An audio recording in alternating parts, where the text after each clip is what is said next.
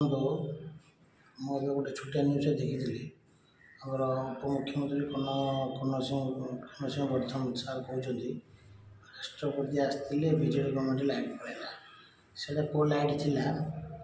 କାଲି ଯେଉଁ 12ଟି match ଖେଳାଗଲା England India ଭିତରେ ସେଇଟା କ'ଣ ଇମ୍ପୋର୍ଟାଣ୍ଟ ଥିଲା ସେ ନିଜେ ତାଙ୍କେ ତର୍ଜମା କରନ୍ତୁ। ସେମାନେ କିଛି ଜାଣିନାହାନ୍ତି, ଲାଇଭ୍ରେ ପ୍ରଥମ ଥର ଆସୁଛନ୍ତି, ସବୁ କଥାରେ ଖାଲି ବିଜେଡ଼ି ଗଭର୍ଣ୍ଣମେଣ୍ଟକୁ ଦାୟୀ ଦେଉଛନ୍ତି।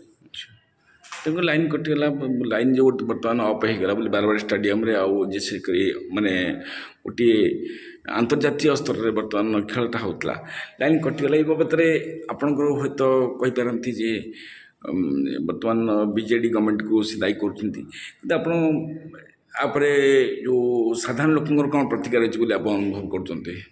ଦେଖନ୍ତୁ, ବିଜେଡ଼ି ଗଭର୍ଣ୍ଣମେଣ୍ଟରେ 2 ଦିନ ଆଗରୁ ପଡ଼ିଆକୁ ଯାଞ୍ଚ କରାଯାଉଥିଲା, ଠିକ୍ଠାକ୍ କରାଯାଉଥିଲା। ଆପଣମାନେ ତର୍ଜମା କରୁଥିବେ, ଜାଣିଥିବେ ବି ଏଡ଼େ ବଡ଼ ଆମେ ହକି ଗଲୁ ରାଉରକେଲାରେ ବିଶାଖାପଟ୍ଟନମ ଷ୍ଟାଡ଼ିୟମ୍ରେ, କିଛି ତ କମ୍ପ୍ଲେନ୍ ଆସିନଥିଲା। ଲାଇଟ୍ କଟିଯିବାର ଆଙ୍କର ବ୍ୟବସ୍ଥା ଠିକ୍ ନାହିଁ। ଏମାନେ ଲାଇଟ୍ କ'ଣ କଟିଯିବେ, ଆଙ୍କି କେତେବେଳେ ରୋଡ଼ ବି କାଟିଦେବେ କିଛି ଗ୍ୟାରେଣ୍ଟି ନାହିଁ। ତାମାନେ ସିଏ ବର୍ତ୍ତମାନ ଆପଣ ଦାୟୀ ନା ଆପଣ ସରକାରକୁ କେମିତି ଦାୟୀ କରୁଛନ୍ତି? ନାଇଁ ସେଟା ସରକାର ନାହିଁ, ଓସି ଯିଏ ସଭାପତି ଅଛି ସିଏ ହିଁ ଦାୟୀ। ସିଏ ପରିଚାଳନା କମିଟିର ସେମାନେ ଦେଖିବେ ନା ସରକାର କ'ଣ କଲା। ନାଇଁ, ବର୍ତ୍ତମାନ ଶକ୍ତିମନ୍ତ୍ରୀ ଯିଏ କିଏ ଅଛନ୍ତି କନକବର୍ଦ୍ଧନ ସିଂ, ଆପଣ ତାଙ୍କୁ ଯେତେବେଳେ ଆକ୍ଷେପ କରୁଛନ୍ତି ଯେ ବର୍ତ୍ତମାନ ଓସି ଯେତେବେଳେ ଦାୟିତ୍ୱରେ ଅଛି, ଶକ୍ତିମନ୍ତ୍ରୀ ବା ସେଠି ମାନେ ତାପରେ ମାନେ ଶକ୍ତିମନ୍ତ୍ରୀ କେବଳ ତାପରେ ତର୍ଜମା କରିବେ, କିନ୍ତୁ ଓସିର ଦାୟିତ୍ୱ ସେ ବାବଦରେ ଆପଣ ମୁଁ ଶୁଣନ୍ତୁ, ମୁଁ ତାଙ୍କୁ ତର୍ଜମା କରୁଛି ମାନେ ତାଙ୍କେ ଯେଉଁ ରାଷ୍ଟ୍ରପତି ଆମର ଆସିଥିଲେ ସେତେବେଳେ ଟାଇମ୍ରେ କ'ଣ ଲାଇଟ୍ କ'ଣ ପଳେଇଥିଲା, ସେ ବିଜେଡ଼ି ଗଭର୍ଣ୍ଣମେଣ୍ଟ ଟାର୍ଗେଟ୍ କରୁଥିଲେ।